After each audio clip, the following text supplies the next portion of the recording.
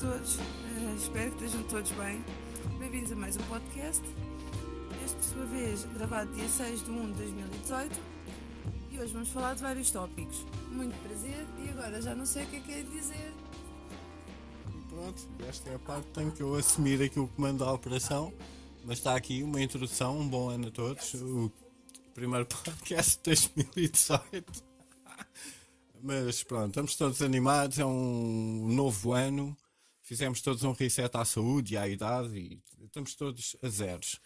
Basicamente é tudo o que vocês possam querer e este ano vou começar um podcast assim, mesmo daqueles assim um bocado em jeito de gozo. Para um bocadinho. Enfim, pronto, como podem ver, ambiente divertido, 2018, mesmo o ambiente festivo, em que eu vou ter que mais uma vez dizer que... Estás a dar cabo disto tudo. Ora bem, então o que é que temos aqui para começar?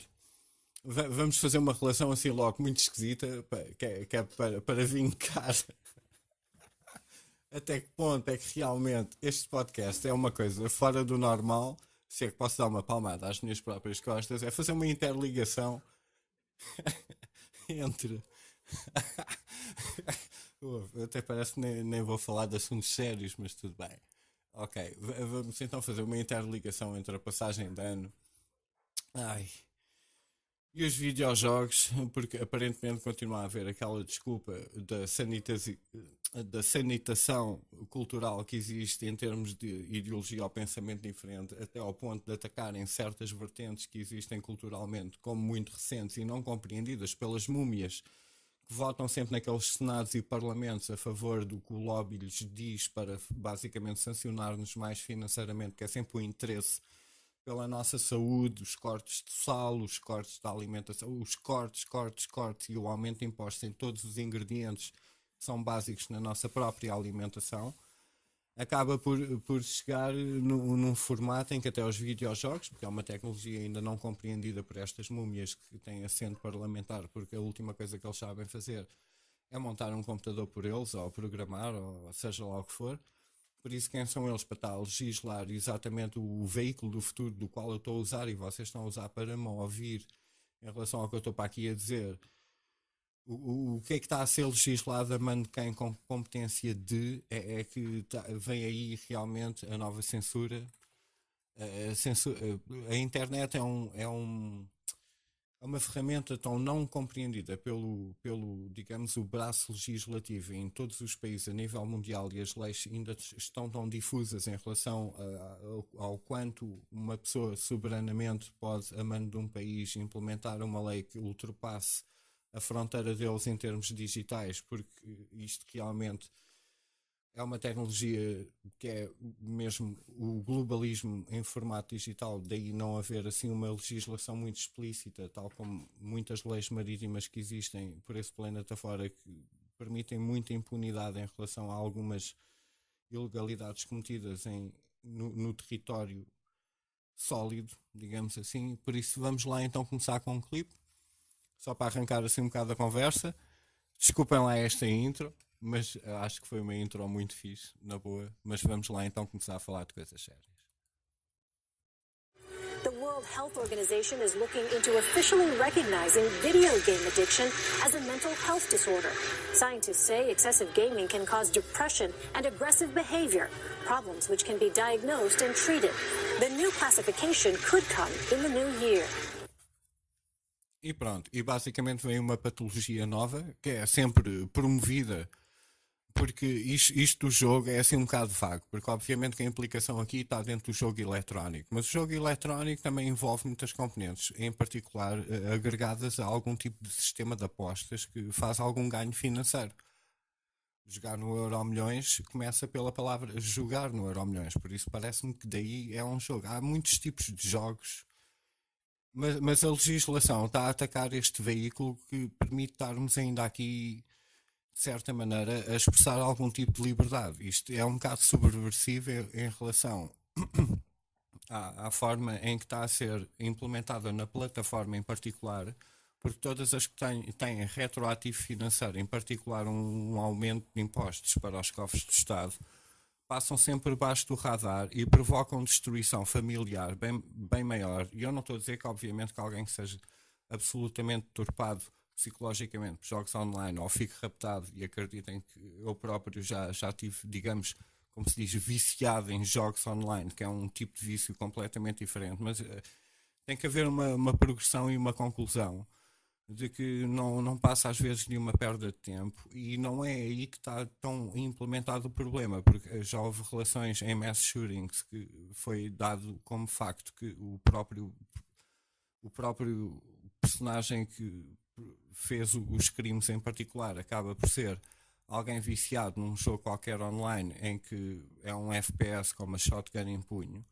Mas também dos continentes mais violentos, como em África, que toda a gente anda à catanada, não é aí que a PS4 anda a vender números recorde. Por isso, não é essa a ligação que está a ser implementada, mas basicamente vem em nova legislação para considerar, digamos, patologicamente um fenómeno que ainda estamos a aprender. Ele é muito recente em termos históricos. Os jogos eletrónicos é uma coisa que é um fenómeno muito recente a ser legislado por pessoas que nem sequer acompanharam a evolução e o progresso e a influência que continua a ter na nossa sociedade.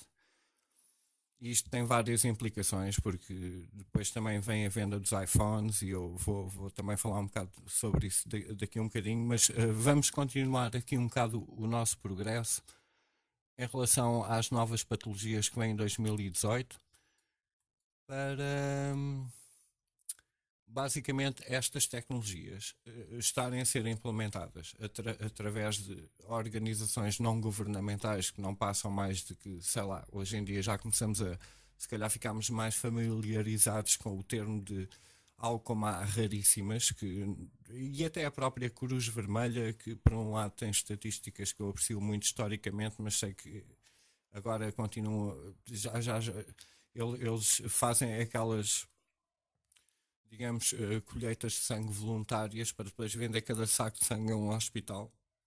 Há um valor definido por eles, por isso basicamente transformou-se numa associação lucrativa que não pode declarar impostos, e então tem que sofrer aquela benesse muito simplória de fechar o fim de ano com as contas a zeros, como quem diz, quem está a gerir a organização não governamental de solidariedade e contributismo público acaba por meter muito dinheiro ao bolso e muitos poucos resultados a apresentar, infelizmente, o que faz até nós, que temos a empatia desta vitimização que acontece a nível mundial, abrimos os nossos cordões à bolsa para, mais uma vez, pagarmos um pequeno almoço em Paris com um gelado quente. Mas então vamos lá ver como é que a tecnologia, através destes lobbies, com estas ideias muito inovadoras para integrar incompatibilidades dentro da colonização e a destruição do nosso continente europeu, com uma história tão rica que está a ser basicamente entregue de bandeja ao terceiro mundo para nos invadir desta forma tão brutal, em que na linha da frente está sempre, como preocupação minha, em primeira na linha da frente, a supressão da liberdade das mulheres. Vamos ouvir então como é que a tecnologia, que não está a trabalhar bem para o rumo do futuro, não está a ser mais promovida por cheques do George Soros para propagar na internet tendências que são absolutamente destruidoras, como é que isso também pode ser aproveitado em vantagem a esta colonização cultural que está a existir na Europa. You know, it's not often that you get a chance to change the world, and that's what this feels like. Sherry Weston is with Sesame Workshop, the maker of Sesame Street. The MacArthur Foundation gave them and the International Rescue Committee a $100 million grant to develop early childhood education programs for Syrian refugees. I asked Sherry Weston what kinds of new Sesame Street characters might reflect the experience of Syrian refugee children. So I'm not, giving away any sort of major storyline, but I can certainly imagine that there will be a character who perhaps had to leave their home or lives in a tent or becomes best friends with their new neighbor. So we want the characters to be characters that children can identify with and storylines that they can relate to. And then, we have a proven track record of the academic basics, the social emotional skills, all of that will be embedded in the curriculum. And it will be through television, but also through digital, through mobile, and then direct services for the most vulnerable children. I was going to ask, do most refugees have access to TV programs? Yeah, believe it or not, they do. The penetration of both television and mobile in the region, Syria, Iraq, Jordan, and Lebanon, is huge. And I think that surprises people. But the direct services, again, is a key component where we'll be creating educational content to reach children through home visitations and learning centers. And that's really essential. So it's both the mass broad reach and the individual touch. So now we're getting out of the television set, collaborating with the International Rescue Committee to do face-to-face work. Absolutely, and that's so important to address toxic stress. You know, you can imagine for a refugee family how stressful it might be.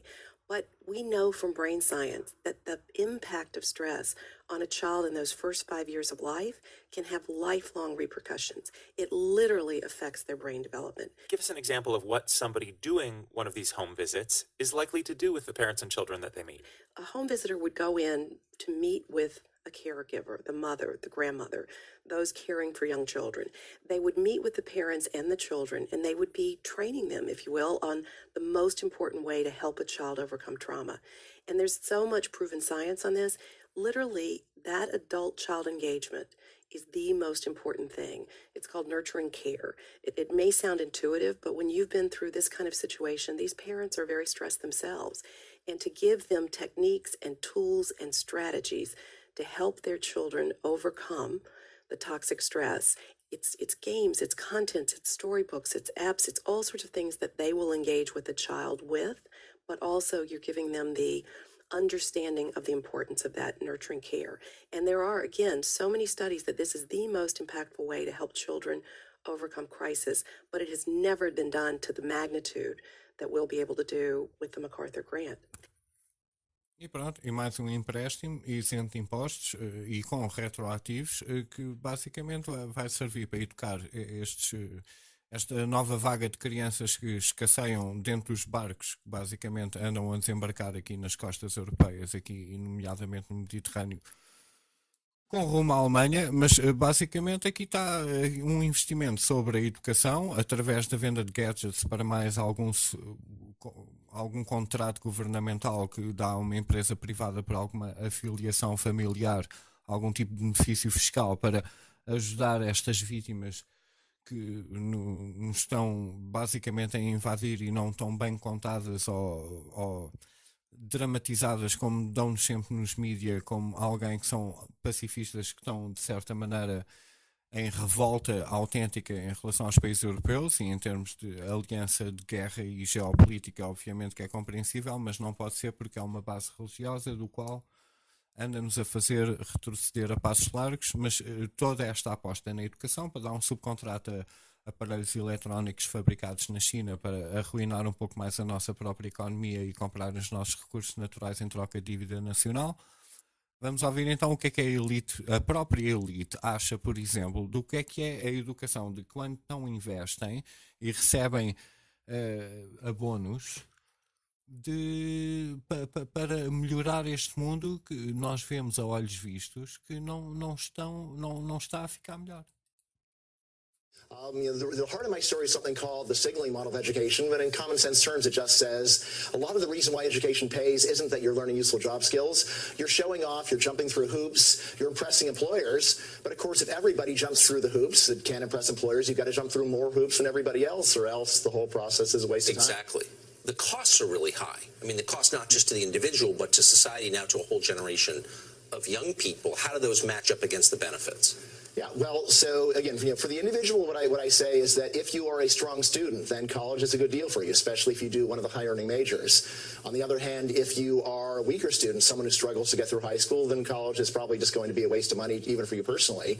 But again, I always try to turn it around to not just thinking about what's good for the individual, but thinking about it from the point of view of society. Should we really be encouraging more people to go? If people are actually acquiring a lot of useful skills in school, well, then it is an investment in our human capital. On the other hand, if the the main thing you're doing is jumping through hoops and showing off, it's really a socially wasteful process to a large degree. And that's really what I say, is it is extremely wasteful for society. But a lot of people are picking up addictions and mental illness in college. Sure, of course you can do that other places. But yeah, I mean, in a way you might say there's the addiction to getting more education, which is fairly rampant.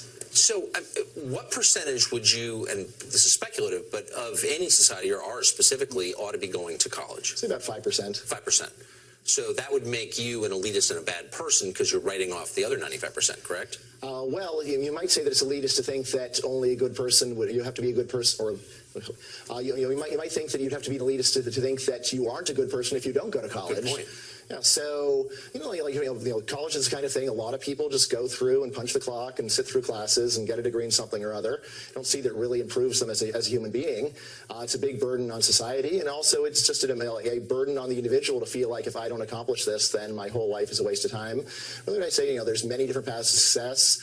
I'm a big fan of vocational education, the kind that you see in countries like Germany and Switzerland. And again, just very notable how little of an underclass they have there. The kind of person who in the U.S. would say, I hate school, I'm sick of being here, maybe I'll go and drop out and be a criminal. In Switzerland or Germany, you're getting trained to be an auto mechanic or to be a plumber. So that you learn independence, learn skills. You get a peer group of skilled craftsmen instead of a peer group of criminals and dropouts. I think ultimately the problem is the American people. People, as you said, people love the idea of education. If you go and just look at survey evidence, the share of Americans who favor cutting education is just almost minuscule. And that's really the main thing that I'm pushing, is spending less on education, saving money on something that really doesn't deliver the goods, especially from a social point of view, and, thinking about better ways of spending it. Do you have tenure? Oh, yes. Yeah, that's what I bet your bosses aren't impressed by this argument. E bem, e este homem acha que só 5% da população neste momento é que devia ter acesso a uma educação mais, digamos, mais realista, e toda a gente que tivesse, mas era, e depois a destruir um bocado o projeto europeu, porque isto passa tudo pelas novas tecnologias, da forma como andam, digamos, a educar as pessoas no país ocidental, que não me parece que estejam assim então a vir. Existe uma responsabilidade pessoal da gente também se educar a nós próprios, porque a doutrina que nos é propagada passa até pelo sistema escolar, e isto é muito triste. E basicamente estão a doutrinar pessoas que são o nosso futuro, que são os nossos futuros líderes, que não têm qualquer tipo de valor inerente em relação à própria história, da própria humanidade, do próprio comportamento e da própria política que sempre veio por aqui fora. E agora, e como convencer esta gente toda que vem pela calha abaixo de alguma maneira identificar o que é verdade e o que é mentira? Já há vários projetos para isso, porque este ataque está em todas as frentes, esta colonização, esta nova guerra feita com armas que nunca foram vistas, porque o contexto é sempre diferente, está aí pela calha abaixo.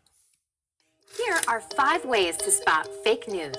Number 1, look for unusual URLs. If they end with .lo or .com.co, chances are they aren't legitimate news sites. Number 2, dissect the layout. Look for grammatical errors, incorrect dates, bold claims with no sources, and sensationalist images. These are all red flags. Number 3, dig deeper. Find out who wrote the article and who supports the site. If this information doesn't exist, or you need to register to get it, then question why. Number 4, cross-check. Use fact-checking sites to confirm information and see whether other credible news outlets are reporting similar news. Number 5, try a reverse image search. If the same picture appears in unrelated stories, you may have a reason to be suspicious. For more media literacy tips, visit us at commonsense.org. E pronto, e estão aqui as dicas para estas gerações de milenares que vierem por aí afora conseguirem ter algum tipo de discernimento em relação ao que estão a ver de verdade ou não. E eu até os aconselho a usarem exatamente estas dicas todas para, como por exemplo, fazerem exatamente o mesmo com todos os organismos que se autoproclamam da autenticidade informativa. Porque não experimentar isso com todos os organismos de informação que perpetuem em Portugal com canais noticiosos 24/7. Vamos aplicar as mesmas regras e já agora não se esqueçam, este podcast está a ser sacado de um domínio, como foi falado, .com, por isso se é .com, vocês podem ter a certeza que tudo o que eu digo é verdade, como ainda ontem à noite vi abóboras a voar na minha varanda. Espetacular, porque o meu site é .com, por isso podem levar isso como uma dica da autenticidade de toda a porcaria que eu ando a dizer por aqui. Mas vamos ouvir mais um bocadinho. It was a hackathon. Competitors took to the problem of fake news. The winning programmers made an extension that you can add to your internet browser, which is called OpenMind, designed to help separate the bogus from the real. One of the programmers who made OpenMind says the answer to fake news requires more than code. Stefan Udenberg is a PhD candidate at Yale. Most approaches try to train a machine to essentially delineate between fake and real news. You can't necessarily be sure that your algorithm is going to be smart enough to do so. So our approach was to rather train people on how to do this themselves. Another member of the team, Michael Lopez-Brow, says that's what OpenMind does. It encourages you to seek more information. So as you're navigating the web, whether it be a social media site or just doing some random Google searches, our app will be tracking your browsing history and basically performing an analysis of what kind of text it is you're reading. And if the computer notices you leaning in a particular political direction, it's going to let you know. You can actually go to a dashboard, see your own bias, and get suggestions for reputable outlets on another side. One, we hope that people will appreciate having a very easy access to news from the other side of the aisle. And two, that people will also appreciate having real-time analytics so that they can better monitor the kind of news that they digest. It's sort of like how when you're on a diet or something, you're trying to monitor your nutrition intake. The vision for this is like that, but for news. The programmers say they're going to launch OpenMind early next year. The prize, by the way, for winning the hackathon is a visit to Congress, where they'll get to show off their product to some very polarized news consumers. Portanto, o prémio é ganhar uma visita a todos os chulos que não andam a promover o futuro da humanidade ao Congresso. Espetacular. Conhecer exatamente os representantes do lobby de Silicon Valley que pagaram a tua presença para lhes apertar a mão, caso tenhas uma ideia assim tão espetacular, em termos de manipulação social, mais uma vez legislada por estas múmias, que não têm mais nada que se não aprovar em certos lobbies, e isto está tudo conjugado com o sistema de educação e pós-graduação, saíres e vires para a vida real e continuares a ver televisão. E agora não só temos a frente ataque no algoritmo da internet que nos proporciona até que ponto é que a verdade está a ser dita. Até que ponto é que a verdade está a ser dita num algoritmo automatizado, altamente discriminatório, que dita logo a tendência que a pessoa tem e ninguém se iluda, que mais tarde ou mais cedo vem pela calha abaixo. Quando alguém defende aquela tendência errada ou contraprodutiva em relação à subjugação económica e de escravatura que nós sofremos nesta colonização europeia que está a acontecer, aqui está o algoritmo a classificar-nos automaticamente, a censurar-nos e a bloquear-nos das tais redes sociais que toda a gente se ajoelha hoje em dia. E isto é que é a parte triste, porque até desde o sistema de educação que já está a ser dado a migrantes através de gadgets, continua a funcionar muito mal, porque a própria censura está a entrar a olhos vistos por isto adentro, e acreditem que eu já ando neste círculo há tanto tempo que eu estou a notar. Isto aqui vai deixar de ter muita piada mesmo. E agora, basicamente, nós vamos ter que nos preocupar com estes novos milenares que já nasceram com estas regras, não reconheceram os valores do passado e já têm a história tão deturpada ou censurada que não conseguem ter acesso a compreendê-la, salvo raras exceções. Nós temos que, por exemplo, agora ver como até nas colunas, digamos, de classificação de o que é que se passa de novas tecnologias que podem ser cruciais à humanidade, todas as publicações, tal como os mídia, estão tão manipulados que só se focam neste tipo de assunto. What new phone takes the best selfie? We tested the iPhone X, the Pixel 2 XL, the Samsung Note 8, the HTC U11, and the LG V30 to find out. You'll be happy with any of these three phones, though. It just depends on your preferences, particularly if you like those beauty filters or not. Por por isso, basicamente, desculpem lá o Elsa até a dar pop-ups, hoje em dia todo o progresso tecnológico que nós temos feito é basicamente definir qual é o melhor telefone para tirar selfies, para fotografar o teu ego sem algum valor alguma vez propagado em relação à tua própria individualidade. O que é excelente. Obviamente é assim que as pessoas vão. Eu ainda me lembro de ler revistas de aficionados e geeks de informática que metade do diálogo não dava para compreender, mas aparentemente hoje em dia, para seres um geek, só precisas de saber certificadamente qual é o melhor modelo de telemóvel, tirar os melhores selfies para fotografares o teu ego, quase como um espectro fantasmagórico em relação à implicação que estás a ter na tua própria autodestruição social. E é assim que estamos a propagar. E estas coisas todas não passam de grandes jogadas que todos nós sabemos que são organizadas pelos suspeitos do costume, sejam eles onde tiverem, em que país em que tiverem.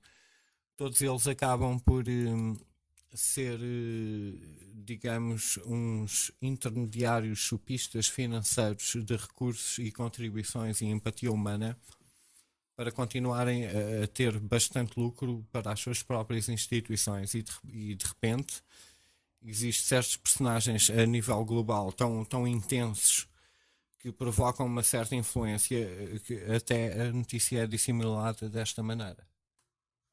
Well, it's the season for giving, but nonprofits are bracing for a potential drop in donations next year. The new tax law signed by President Trump last week changes the math for writing off charitable contributions. Jan Crawford explains. How you doing, Miss Rosanna? In the nation's capital, this charity serves hundreds of meals daily to the needy, operating largely through charitable donations. But under the new tax reform law, nonprofits like So Others Might Eat could soon be taking a big hit. We are absolutely concerned that tax reform and also just confusion about what the new laws are going to be will impact charitable giving. E pronto, e através deste clipe deu para perceber que basicamente há aqui um ataque que está a acontecer em termos fiscais, mesmo nos Estados Unidos, para atacar estas instituições que nós vemos, como aqui no nosso Portugal, das raríssimas, da Casa Pia, do Século, do Montepio, todas estas associações criminosas que se disfarçam atrás de algum tipo de empatia humana que nós possamos, lá está, influenciar ao ponto de abrir os cordões à bolsa humana, à carteira, desculpem, por causa da empatia que nós como seres humanos sofremos, acabamos por andar a patrocinar basicamente chulos e nunca a resolver o problema, por mais vontade que a gente tenha, por empatia, seja lá o que for. E então a solução passa sempre pela migração.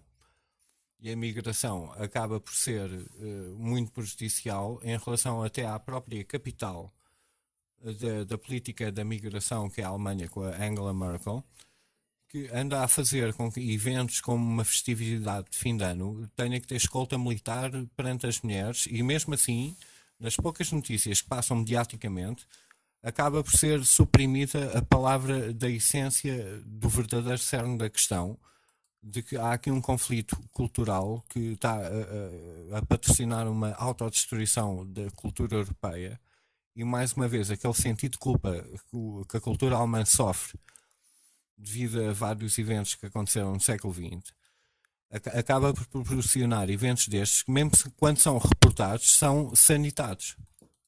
Just like at New Year celebrations the world over, hundreds of thousands of people are expected to flock to this place here in Berlin to see out the old and ring in the new. You can see preparations are currently undergoing. But keeping everyone safe without spoiling the atmosphere is a huge challenge for the authorities. And this year, organizers are going one step further. Aside from usual safety barriers and alcohol bans, a so-called women's safety area is being set up. It's a zone where female guests who feel sexually harassed and just uncomfortable can get special help. It's been manned by members of German Red Cross and comes in response to events 2 years ago. Back then, hundreds of women were sexually assaulted at New Year carnivals. They were groped, robbed, intimidated and separated from their friends. According to leaked police documents, there were more than 1,000 cases reported in Cologne and Hamburg alone. More than 2,000 men were reportedly involved, most of them asylum seekers.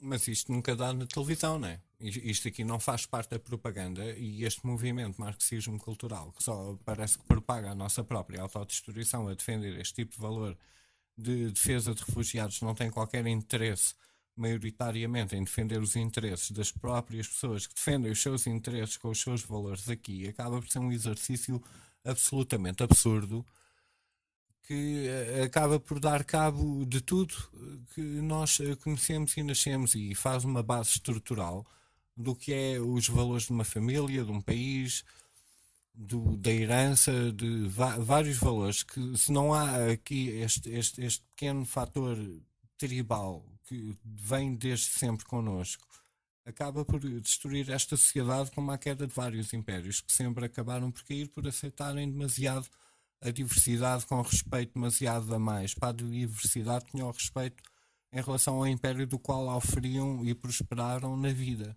E isso acaba por se tornar assim um bocado hipócrita. Tão hipócrita como este tipo de situação. First Lady were married and posted this late night tweet. People are proud to be saying Merry Christmas again. I am proud to have led the charge against the assault on our cherished and beautiful phrase, Merry Christmas. Some people believe the so-called war on Christmas began when retail stores started swapping out the term Merry Christmas for Happy Holidays.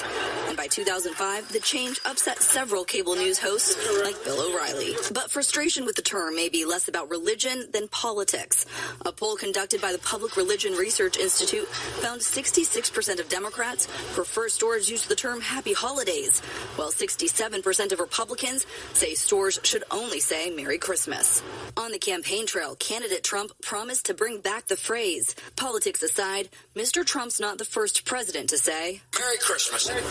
His predecessor used the phrase every year. Merry Christmas. Merry Christmas. Merry Christmas, everyone. Merry Christmas, everybody. Merry Christmas. Merry Christmas, everybody.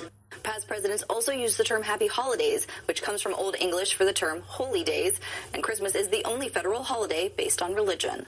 Serena Marshall, ABC News, Washington. E pronto, e afinal é tudo é uma informação seletiva, é para pejorar alguém que esteja de certa maneira a abanar a agenda e a cair no esquecimento, no vácuo, basicamente não passar de ter sido tudo uma rotina. Mas será que são implicações políticas ou religiosas? Se calhar temos aqui uma implicação religiosa que nunca é comentada por motivos óbvios, daí provocar estas discórdias todas. Vamos ouvir este clipe. Fox is just one more stop in a long chain of custody that gets uglier the farther back you go, because the first rumblings about a war on Christmas stem back to the fringe John Birch Society and anti-Semitic pamphlets from the 1920s called The International Jew, the World's Foremost Problem. E temos aqui uma conotação dantesca, para bom entender, meia palavra basta, do porquê esta guerra contra a tradição natalícia que acontece no território europeu, e depois foi um bocado deturpada em relação à cultura da Coca-Cola dos Estados Unidos, com o personagem em particular, mas mesmo assim não vale a pena, porque tudo há de vir pela calha abaixo, mesmo dentro do sistema de educação, mesmo dentro da doutrina que nos passa na televisão diariamente para continuar a educar o aluno doutrinado durante a sua vida adulta, com produtos como este que depois no fim acabam por nunca funcionar bem, e o corporativismo leva sempre, digamos, a vantagem ao degrau superior devido às resoluções sanitadas que passam nos nossos mídias.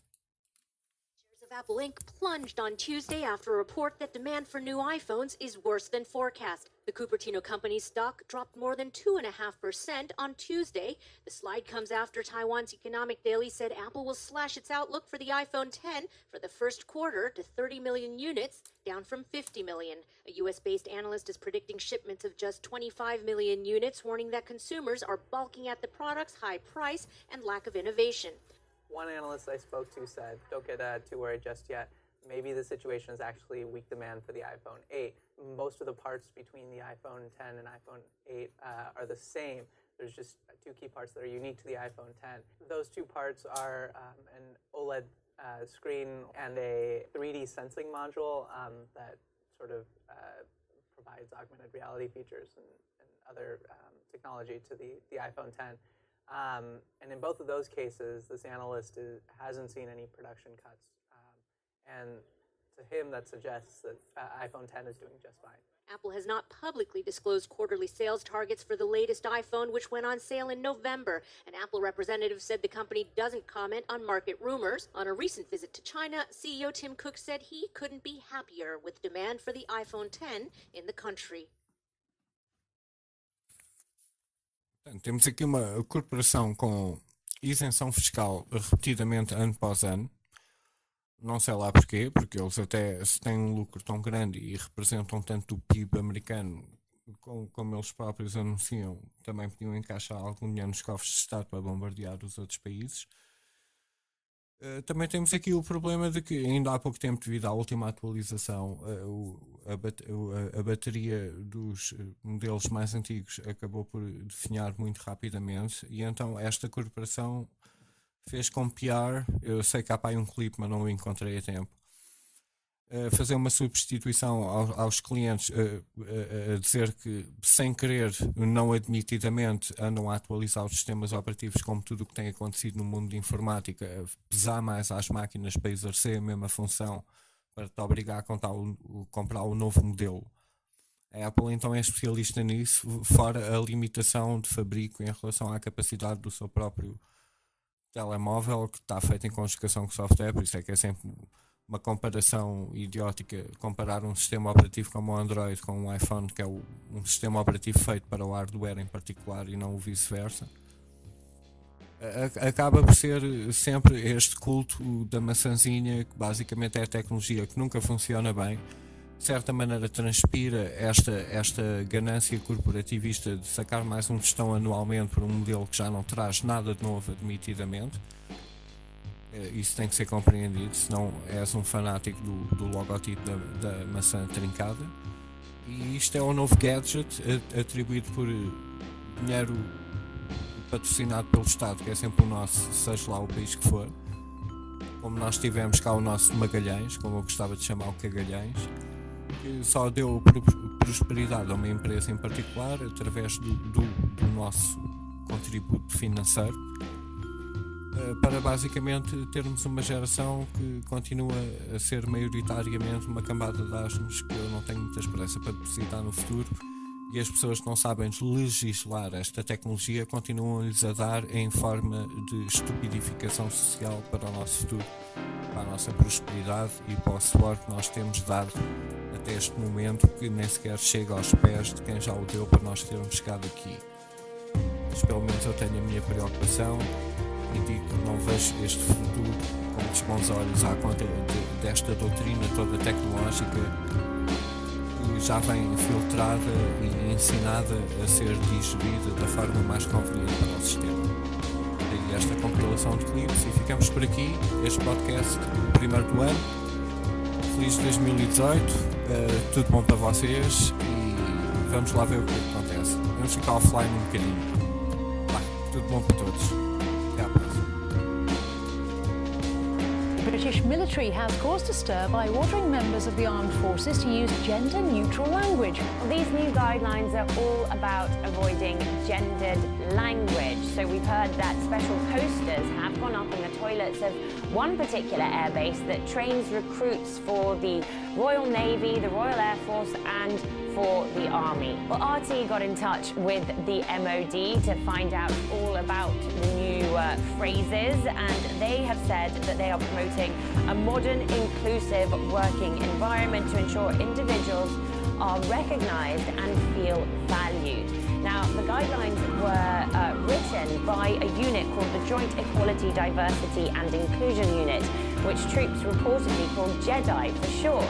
But diversity and inclusion is a big issue for the British Army right now. To put this all into context, last year women were finally able to take up combat roles in the Army, and from the end of next year, women will be able to apply for all the same positions as men in the British forces.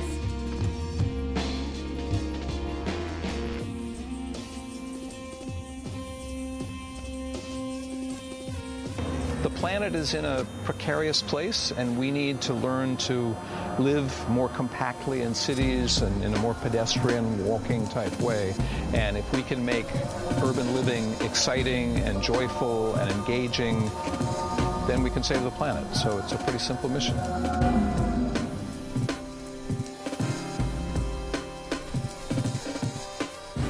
The classic film It's a Wonderful Life is a holiday tradition for many families this time of year, but you may not have known it was once considered communist propaganda by the FBI. The 1946 film stars Jimmy Stewart as a failed businessman who is about to lose his loan company to a rich and greedy banker. The Bureau singled out the portrayal of the banker as a common trick used by communists. It said the movie attempted to show people who had money were mean and despicable characters. It was deemed to be subversive, but was allowed to keep playing anyway. As we heard, there are people in Sweden who support Israel and have a deep sense of the injustice of the present situation. It's these people who give hope to those who still believe that things will get better here. One of them is Barbara Spector, a former American who made Aliyah and then 10 years ago, with the help of the government of Sweden, set up a non-denominational institute of Jewish learning with the Greek name of Paideia, here in Stockholm. She believes the current wave of anti-Semitism in Sweden will pass and that Jews have an important role to play in a country undergoing profound change. I think there's a resurgence of anti-Semitism because at this point in time, Europe has not yet learned how to be multicultural. And I think we're going to be part of the throes of that transformation, which must take place. Europe is not going to be the monolithic societies that they once were in the last century. Jews are going to be at the center of that. It's a huge transformation for Europe to make. They are now going into a multicultural mode, and Jews will be resented because of our leading role. But without that leading role and without that transformation, Europe will not survive.